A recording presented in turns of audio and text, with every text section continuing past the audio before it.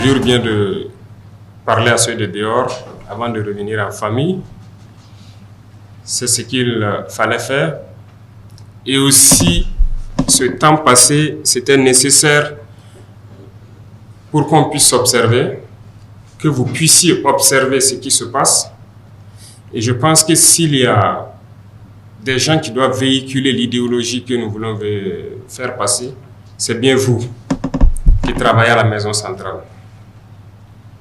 Et je pense que durant ces 15 mois, vous avez pu observer beaucoup de choses avec moi, dans l'administration, un peu partout. Vous avez pu observer l'évolution de la situation. Et je pense qu'il était temps donc, en début de cette année, qu'on puisse se donner un nouveau départ pour l'institution, mais aussi pour le pays entier. Il y a une pratique qui se passe dans tous les ministères. On a remarqué ça. Lorsque vous demandez un travail, automatiquement, c'est un cabinet d'études externe. On donne au cabinet pour faire l'étude et c'est coûteux. Mais de vous à moi, vous savez très bien, la plupart du temps, le cabinet se retrouve être le cabinet soit du ministre ou de quelqu'un en tout cas dans le ministère. Est-ce qu'on se comprend? C'est du vol. Disons-le clairement, ce n'est pas bien. Vous êtes par exemple informaticien. On vous demande un travail dans ce domaine. C'est vous qui êtes censé le faire. Sinon, à défaut, il faut remonter vers des institutions, en tout cas étatiques, qui puissent vous aider à le faire. La première des choses que les gens font, c'est un dossier rapidement, on recrute un cabinet et on les donne. Et derrière lui-même, il part travailler. On a observé ça. Il fallait donc un long temps d'observation pour comprendre et confirmer les mauvaises habitudes des gens dans l'administration. On veut faire en sorte que certaines institutions telles que l'ANSAL puissent être ces cabinets-là. Là où ils seront limités, ils vont dire qu'ils ne peuvent pas, il faut qu'ils recrutent des experts dans tel domaine. Ils vont recruter et ils vont le faire. Mais la plupart des travaux qu'on essaie d'effectuer dans la plupart des ministères, il y a de la ressource à l'académie pour le faire. Donc, ça sera opérationnel cette année et très vite pour qu'on arrive à économiser un peu. On n'est pas contre, il y a beaucoup de... Le privé est très développé. Donc, les cabinets privés peuvent servir aussi à faire des études pour beaucoup de structures privées. Mais il ne faut pas que dans l'administration, on recrute des compétences et à chaque fois qu'il y a un travail, il n'y a pas de compétences. Il faut repartir encore vers un cabinet privé.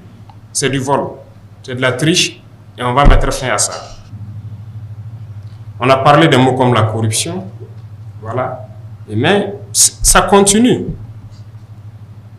La lutte contre le terrorisme, oui, il y a des avancées, il y a beaucoup de choses, mais il faut que nous-mêmes reconnaissions qu'il y a un volet sur lequel il n'y a pas eu une lutte acharnée.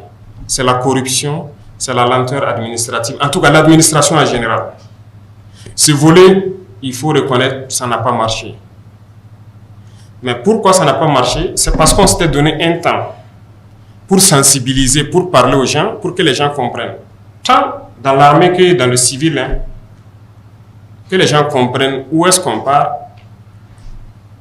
pourquoi il faut cesser telle habitude. Pas que les gens ne comprennent pas, ils font semblant et se disent qu'on ne prendra jamais de mesures.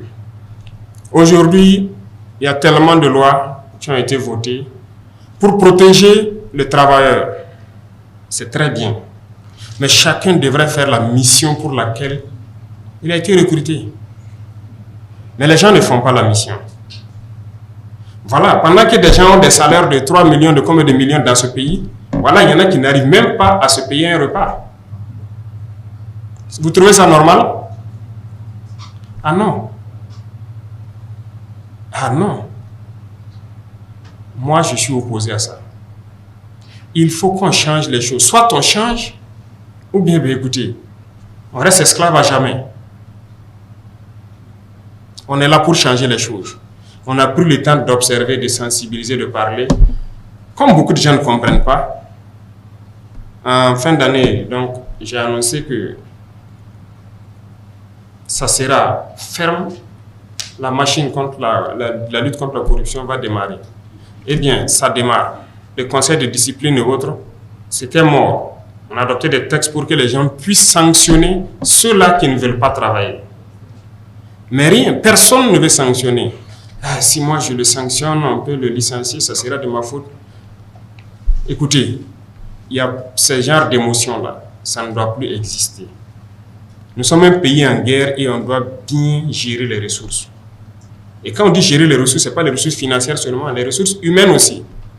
Dans notre émotion, on n'arrive même pas à faire quoi que ce soit. On n'arrive pas à sanctionner quelqu'un. Il y a des gens qui sont de gros travailleurs dans notre administration. Et vous les connaissez. Ils viennent très tôt. Tant qu'ils ne finissent pas leur mission, ils ne rentrent pas à la maison. Ils n'ont jamais demandé de payer une heure supplémentaire. Ils sont nombreux ceux-là qui viennent, qui repartent jusqu'à la nuit, qui font le travail. Mais en réalité, ils font le travail de certains paresseux et de certains fainéants qui viennent et à 10 heures, ils sont donc dans des maquis ou bien ils sont au porc au four. Ils ne veulent pas travailler. C'est la réalité et vous les connaissez. Et d'autres sont obligés de faire leur travail. Mais pourquoi ces gens-là, on ne les sanctionne pas? Tous ceux qu'on va prendre dans les situations d'absence chronique dans les administrations et qui ne sont pas sanctionnés, la personne sera licenciée. Le directeur qui était censé le sanctionner là sera probablement licencié aussi, sinon puni. On ne peut pas continuer comme ça. L'esclavage existe dans nos administrations. On vous a recruté pour faire un travail.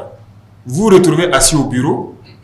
Un commerçant ou un pauvre paysan vient pour un papier.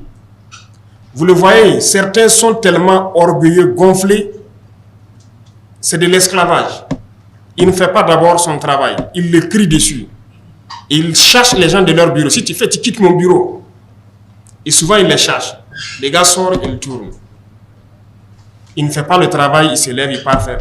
Ces gens-là existent dans l'administration. On le dit publiquement haut et fort. 15 mois à s'observer, c'est trop. Si on t'a recruté d'être dans une administration pour faire un service, tu le fais. Tu n'as pas à esclavagiser des Burkinabés. On vient pour faire un papier. Le gars vient souvent, il ne comprend même pas français. Souvent, il ne connaît même pas le nom du papier. Mais tu as été recruté pour faire ça. Tu l'expliques clairement et tu lui dis tout ce qu'il y a. Il rentre dans son bureau, il est assis. Oui, toi, tu veux quoi?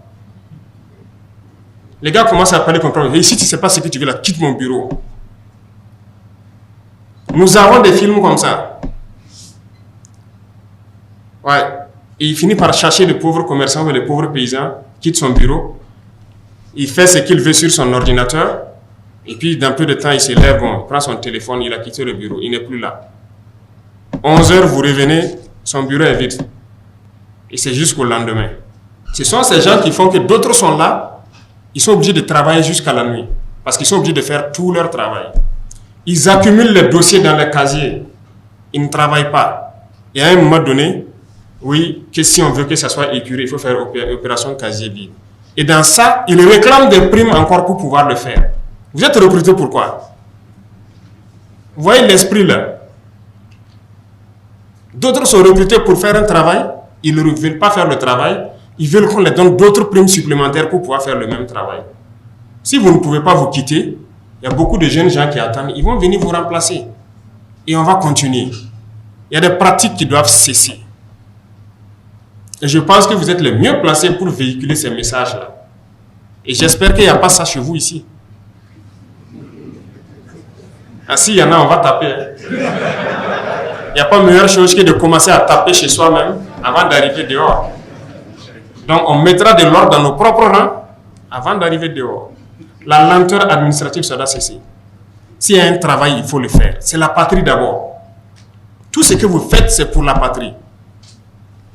Il y a combien de Burkinabés? Estimé à 24 à 25 millions actuellement ici. Il y a combien de travailleurs, les fonctionnaires? Ça ne vaut pas 300 000 personnes. Vous êtes d'accord avec moi? C'est ça, non? SGG. Mais quelle est la masse salariale mensuelle? C'est environ 90 milliards, c'est ça? Donc 90 milliards de ressources qui sont partagées à environ moins de 300 000 personnes. Et d'autres dans ce lot ne veulent pas faire le travail. Qu'est-ce qu'on fait? Ils doivent rester. Je refuse. Je refuse. Ça ne va pas se passer comme ça. Donc, bientôt, vous allez voir ce qui va se passer. De toute façon, dans l'armée, ça a déjà commencé. De notre côté, il faut le dire, ça ne va pas. On a dit au départ ce qui était là, ainsi de suite. On a essayé de parler aux gens, de sensibiliser pour que certains comprennent. Cette fois-ci, c'est fini. Le temps de la sensibilisation, de regarder là, c'est terminé. Le vendredi passé, on a radié un officier. Ça, c'est le départ. S'il faut encore la semaine prochaine radier un autre, et ainsi de suite, on va radier. Quiconque va s'amuser avec la vie des hommes, on ne va pas plaisanter. On est en train de monter en puissance. Le peuple a consenti d'énormes sacrifices pour qu'on puisse être équipé, qu'on ait le nécessaire pour faire la guerre. Oui, ça avance. Mais ce n'est pas pour autant qu'il faut baisser la garde. J'attends d'autres rapports. Tant que ce n'est pas élucidé certaines conditions, on ne va pas s'arrêter. Voilà. Parce que ce qui s'est passé, par exemple, à Solé, c'est inadmissible. Et quand tu es officier, on t'a désigné. C'est le peuple qui t'a confié ce pouvoir-là. Vous êtes un chef d'élément, vous envoyez en mission, vous faites la mission. Tout le monde sait ce que c'est que la mission militaire. Il n'y a pas à baisser la garde. Et ce qui fait encore mal, c'est que je pense que depuis le 19, tout le monde a été alerté qu'il y a des projets d'attaque d'envergure. Et je pense que les zones de Solé, Arbinda étaient plus menacées. Et je pense que c'est le 21, c'est ça? Il y a des missions qu'on a envoyées spécialement pour aller voir ces points-là, revoir le dispositif de défense et tout, les conseiller. Mais malgré ça, si tu dors, on va te taper. Il ne faut pas croire que c'est fini, c'est pas fini. Il faut rester concentré, toujours concentré. Et c'est la mission de l'officier. Les hommes ne s'appartiennent pas. Un militaire là, il ne s'appartient pas. Il appartient à la patrie. Personne ne dira le contraire. Et si on prend quelqu'un, tu es un chef d'élément, on te confie des hommes, c'est toi ta responsabilité de tout faire pour qu'ils soient en vie. Tu les commandes. Si quelqu'un refuse, tu le punis. Jusqu'à la radiation, ça existe. Ce qui s'est passé là-bas, on a été surpris. Du moment même que le matin à Gorgadi, on dit qu'il y a une attaque, tout le monde se met en alerte. Mais 3 heures plus tard, à 9 heures, on vient encore attaquer. Non, c'est impossible. Il est temps que la révolution, là, ça marche. On ne peut pas vouloir se développer dans ça. En voulant feinter, déplacer les problèmes. Non, il faut affronter les problèmes et les résoudre. Voilà pourquoi les gens affrontent actuellement le terrorisme et combattent. Donc dans l'administration, chacun aussi doit affronter tout ce qui est problème et résoudre. On ne va pas avoir froid aux yeux. On fera ce qui est bien pour le peuple là. Et que tout le monde puisse vivre dignement. Que chacun se mette au sérieux. Et ça commence par vous, travailleurs de la présidence. Vous devez montrer le bon exemple. Vous devez pouvoir véhiculer l'idéologie. Il faut qu'on arrive à équilibrer la balance. L'autosuffisance alimentaire. Ce qui va nécessairement faire baisser le coût des denrées. Même si vous touchez 100 000 francs, si le sac de riz a baissé, ainsi de suite, tu peux nourrir ta famille. C'est lorsque vous avez un bas salaire et que le coût de la vie est élevé qu'il y a un problème. Donc c'est ce combat que nous essayons de mener actuellement pour que tout le monde puisse avoir à manger. Et aussi, ce qui va en parallèle avec, comme on l'a dit la dernière fois, c'est de tout faire pour arrêter les importations. On va importer que ce qui est nécessaire. Et je pense que c'est dans ce sens que l'APEC a été créée, pour qu'on puisse s'industrialiser un peu. Il y a beaucoup de volets qui seront pris en compte là-bas. Il y a des usines qui ne coûtent vraiment pas grand-chose. On peut le faire. On trouvera toutes les formules possibles pour pouvoir s'industrialiser et éviter que nos devises ressortent. Parce que nous ne sommes pas pauvres. Mais tout ce qui ressort de notre sol repart dehors pour payer à manger. 7500 agents de la fonction publique qu'on veut recruter. D'abord, pourquoi il faut recruter? Est-ce qu'on a fait vraiment le point? Les GRH doivent ouvrir l'œil. Parce que je sais que les premiers marteaux, ça va commencer par eux. C'est sérieux. Les gens ne maîtrisent pas les effectifs. Et sciemment fait. Partez dans les ministères, vous demandez les effectifs et la position, on ne peut pas vous donner. Voilà la situation au Burkina Faso. On veut recruter. On ne nous amène même pas combien partent à la retraite, combien peut-être ont démissionné, ou peut-être des cas de décès. Il faut ces statistiques-là pour exprimer le besoin. Maintenant, chacun est assis de façon mécanique, il reconduit seulement. Il reconduit. Ils auront un délai. S'ils n'ont pas pu le faire, ça veut dire qu'ils sont incompétents pour faire leur travail. Oui. Vous êtes dans les quartiers, dites-moi, combien de fonctionnaires vous connaissez sont couchés chez eux? 24 sur 24, ils sont à la maison, ils font ce qu'ils veulent. Parce qu'au bureau, ils sont 2, 3, 4 dans le même bureau. Et ils se relèvent. Et même ça, le travail n'avance pas. C'est pas bien. Mais ça, c'est le travail des RH. Il faut qu'on maîtrise les effectifs, qu'on sache pourquoi on doit recruter. Parce que la fonction publique, beaucoup de gens ont compris peut-être les paresseux dont je parle là, c'est comme une assurance vie. Une fois que tu rentres, on ne peut plus rien te faire. Voilà, tu peux faire ce que tu veux et voilà, jusqu'à la retraite, c'est assuré. Ah, c'est fini, désormais, il n'y aura plus ça. Et on va même voir la formule pour trouver un décret pour les citoyens lambda. Si tu gagnes à prendre quelqu'un dans la corruption ou même dans des mauvais comportements, tu as une prime. J'ai déjà donné les instructions pour faire ce décret-là. Et ça va passer. C'est ça, non? Et si tu as la preuve que le gars-là, il est absent, on demande des justificatifs, il n'y a pas de justificatif, c'est cash, ça se paye. Si tu as la preuve qu'il a fait la corruption, tu viens. Donc, on va instituer une prime pour ça. Donc, l'instruction a été donnée de faire ce décret-là. Ça sera comme ça. Dans le monde, il y a des exemples. Les gens sont passés par là pour lutter contre les mauvaises pratiques, contre la corruption. Pourquoi tout le monde va venir dans la fonction publique? Voilà l'autre partie de la réflexion. Après le pourquoi recruter, pourquoi tout le monde vient dans la fonction publique? Je pense qu'on peut créer beaucoup d'emplois sans forcément être dans la fonction publique. Aujourd'hui, comme je vous dis, nous, on paye tout de l'extérieur. Mais Dieu nous a fait un cadeau. Le Burkina, là, c'est une bénédiction. Il y a tout ici. Tout marche. Mais il y a d'autres secteurs. Il faut qu'on oriente les jeunes vers ces secteurs-là. Pour recruter les 7500 agents, rien que pour le concours, on dépense plus de 4 milliards. Ça, c'est pour faire le concours. Hein. Et ces 7500 agents, la masse salariale annuelle, c'est 22 milliards et quelques. Est-ce qu'avec ça, 22 milliards et 4 milliards dans l'année là, vous pensez qu'on ne peut pas recruter, créer de l'emploi pour plus de 20 000 personnes? Les emplois pérennes. Il faut qu'on arrive à rationaliser nos finances là. Ça ne peut pas se passer comme ça. On va subventionner beaucoup de cultures. On va organiser les filières là et les aider comme on peut. Parce que nous avons de braves paysans au Burkina. On n'a pas de paresseux, hein. On a de gros travailleurs au Burkina. L'initiative qu'on a lancée, moi j'ai suivi tout de bout en bout. Jusqu'actuellement, ils sont en train de récolter le riz. Mais on a de braves paysans.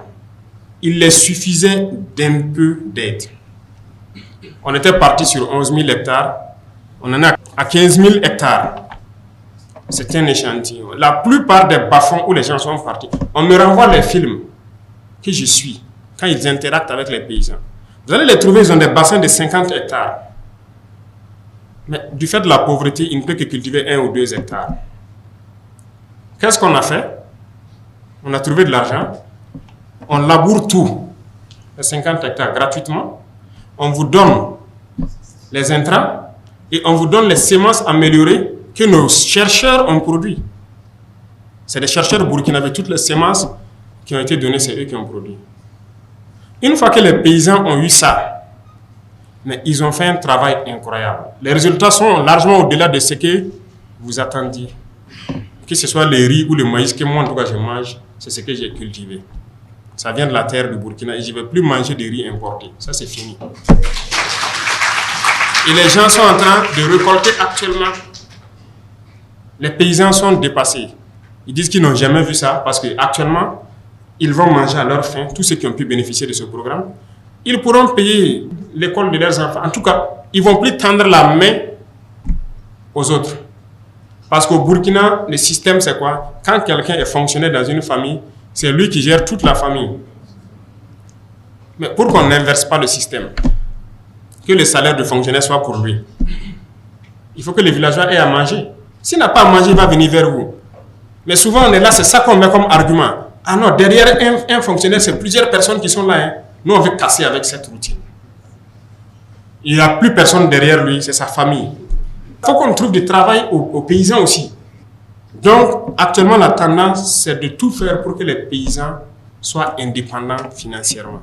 L'initiative a donné un coup de pouce, on a vu, c'était une expérience. L'offensive est lancée actuellement dans la campagne sèche, parce que l'offensive c'était prévu derrière la campagne humide, mais on a tout fait pour commencer la campagne sèche.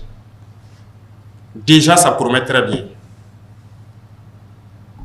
Si ça prend comme on le souhaite, mais c'est fini. Les producteurs sémenciers, nous avons les meilleurs producteurs sémenciers d'Afrique. Vous ne saviez pas peut-être, hein? Moi aussi je l'ai appris, je les ai rencontrés, qui vendent partout en Afrique les semences, les Burkinabés. Beaucoup de gens ne les connaissent pas. Ils produisent ici et ils vendent un peu partout en Afrique. C'est eux qui ont produit les semences qui sont en train d'être utilisées actuellement. Ça veut dire qu'on a du potentiel. Il y en a, il faut les valoriser, c'est tout. Il faut donner à travailler à la jeunesse. Et je ne pense pas que c'est dans la fonction publique forcément. C'est un débat qui va se mener et il faut de la communication pour sensibiliser et à nous de pouvoir créer les emplois nécessaires pour que les jeunes puissent s'épanouir. Tout le monde est là, c'est juste la fonction publique. Non, il faut qu'on change la donne. Il y a beaucoup de secteurs d'activité. Donc, en pensant aux plus démunis, ça nous amène à changer la conception des choses. Le monde paysan qui souffre beaucoup, le combat est orienté vers eux. Aujourd'hui, nous sommes en train de creuser plein de forages à grand diamètre pour qu'ils puissent cultiver et travailler toute l'année au lieu que ça se limite à la saison pluvieuse. Il y a un programme de 136 forages à haut débit. Donc, les réalisations ont commencé. Je pense que plusieurs forages ont déjà vu le jour. Et ça va continuer pour que nos paysans puissent travailler. Et je pense que c'est ça le plus important. Et chacun d'entre vous, quand vous êtes dans votre bureau, il faut toujours penser à ces pauvres paysans-là. Il faut qu'ils arrivent à vivre dignement pour que vous n'ayez pas chaque fois, à chaque fin du mois, pensé à envoyer quelque chose là-bas. C'est eux-mêmes qui vont vous envoyer des poulets et des vivres pour vous soutenir. Parce que normalement, la richesse est au village. Mais le système a fait que c'est inversé. Actuellement, on a acquis des missiles beaucoup plus puissants. C'est ce qui a été expérimenté à Djibo. Que ces missiles étaient beaucoup plus puissants que les autres qu'on utilise. On en a acquis 2, 3, 5, 10 fois plus puissants. Et il y en a qui continuent de venir. Quand vous dites, on dit on commence le développement de la guerre parce qu'en réalité, l'équipement terrestre, là, c'est maintenant que ça vient. C'est au cours de l'année, là, beaucoup d'équipements vont venir pour la protection et pour la manœuvre. Donc la puissance de feu va s'accroître considérablement au cours de l'année. Donc les cotisations que vous voyez, rien que les petits missiles, ça ne suffit pas. Mais comment on fait pour payer les VDP? Comment on fait pour les équiper? Comment on fait pour équiper le reste de l'armée? Est-ce que vous savez? Mais c'est les ressources du pays. Ça veut dire qu'il y a eu quand même une gestion rigoureuse des ressources. Sinon, nous aussi, on pouvait aller créer des comptes offshore, transférer les milliards là-bas, et puis dire qu'on fait la guerre. Mais non, on a voulu tout faire dans la guerre. Le pays était capable de faire la guerre, mais ça a été mal géré. Ça, il faut le dire clairement. Et qui le veut, on va le démontrer. Rien que le matériel de protection et les armes individuelles, C'est pas du jeu. Mais tout ça, ça a été payé, non? Toutes les armes qui opèrent aujourd'hui ont été payées par l'argent du contribuable. C'est dans la gestion qu'on a pu le payer. On concentre tout, on optimise et ça peut faire la guerre. Je pense que c'est un sacrifice qui n'est pas de trop. Il faut que notre niveau de la puissance de feu arrive à un certain niveau, de sorte qu'il n'y ait plus match et qu'on reste concentré. Donc c'est ce qui a mené un certain nombre de mesures qu'on a prises, parce que voilà, la guerre va passer à un autre niveau encore. Le développement, voilà, a commencé maintenant. Et on va se mettre au sérieux, et ce qui veut dire que tout le monde doit rester concentré. Beaucoup d'autres combats seront menés, et comme je parlais d'esclavage, voilà, vous avez entendu parler des sociétés de placement et autres là. Voilà, on va s'attaquer à ça aussi. C'est de l'esclavage. C'est de l'esclavage. Vous créez votre société, l'entreprise est là, il veut recruter, oui. Il peut faire appel à une société de, voilà, de recrutement, il recrute le personnel pour lui, selon des critères bien fixés. Mais qu'est-ce qui se passe? Lui, il veut un travail dans une entreprise, il se fait recruter par la société. L'entreprise le paye par exemple 300 000 le mois, la société le paye 80 000. Et il garde le reste. C'est ce qui est là. Les gens ne veulent pas changer leur comportement, on va s'attaquer à ça. Et il y en a plein partout. Causez avec les jeunes, ils vous diront. Vous trouvez que ce n'est pas de l'esclavage? Le gars, il travaille et c'est l'autre qui récupère tout. Et généralement, même, on ne le déclare pas à la caisse. Il est blessé, on le limoge. Il part à la retraite, il ne sait plus quoi faire. Il y a de l'esclavage que nous-mêmes, on s'administre. La dernière fois, la mairie a payé les travailleurs saisonniers là. Vous avez suivi ça? C'est de l'esclavage qui se passait. En 2022, dès octobre, ces gars-là se retrouvaient vers la résidence. Chaque matin, moi, je sortais, je les voyais et je les ai fait rencontrer pour comprendre. Quand ils ont expliqué leur situation, voilà. Mais pendant ce temps, des gens fêtaient leurs milliards à la mairie ici. Pendant qu'il y a des travailleurs, d'autres sont décédés. Que vous torpillez. C'est normal ça. Donc quand on va s'attaquer à des gens, il faut que tout le monde comprenne. Même si c'est votre cousin, c'est votre frère, il faut que vous compreniez. On ne va pas permettre à des gens d'esclavagiser des Burkinabés. Il y a beaucoup de mots dans notre société, on ne peut pas finir de parler de ça. En tout cas, vous allez entendre beaucoup de bruit, que ce soit dans notre milieu ou dans d'autres milieux, parce qu'il y a beaucoup de mots. Hein. Voilà, il y a beaucoup de mots et on va s'attaquer à ça. Chez nous, par exemple, il y a des FDS qui sont payés par les contribuables, mais des chefs les prennent. Ça veut dire, lui, il est riche, il veut une sécurité. Au lieu d'aller prendre la sécurité privée, le chef prend ses éléments, il met en location. Voilà. Et lui, il prend l'argent. L'argent ne part pas au trésor. Il y en a plein. Et on va s'attaquer à ça. Donc, vous allez entendre du bruit. On profite de le dire ici. On va s'attaquer à ça. Ce n'est pas normal que les contribuables payent et que des gens prennent, ils louent et ils prennent l'argent. Ces gens-là doivent aller combattre. Ils ne doivent pas rester ici en ville. Si quelqu'un veut sa sécurité, il y a sécurité privée. Ou si on doit le mettre à la sécurité de quelqu'un, l'argent part au trésor. Parce que c'est ça qui doit servir à payer. Donc, ce qui veut dire qu'on va toucher à la soupe de certains. Ils vont commencer les manipulations de tout genre. Celui qui est malin, qu'il s'en écarte. Celui qui n'est pas malin, il rentre dedans. On va fouetter avec tout le monde. Voilà. Parce que la patrie ou la mort, là, ce n'est pas un slogan. Ça a tout son sens. Et c'est maintenant que le sens réel de ce slogan-là, vous allez comprendre. C'est la patrie ou la mort. Soit on gagne pour la patrie, ou bien on meurt. Mais nous allons vaincre. C'est ça le plus important. Ok, merci.